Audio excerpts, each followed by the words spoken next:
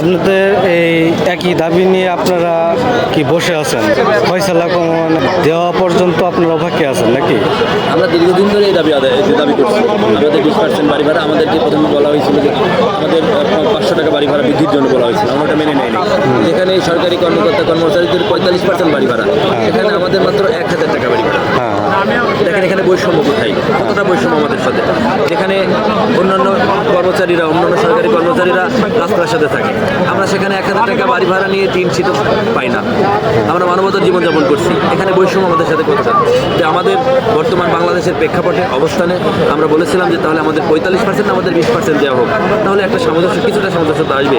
সেটাও সরকার আমাদের সাথে মেনে নেয়নি, আমাদের সঙ্গে এখনও তালবাহানা করে যাচ্ছে।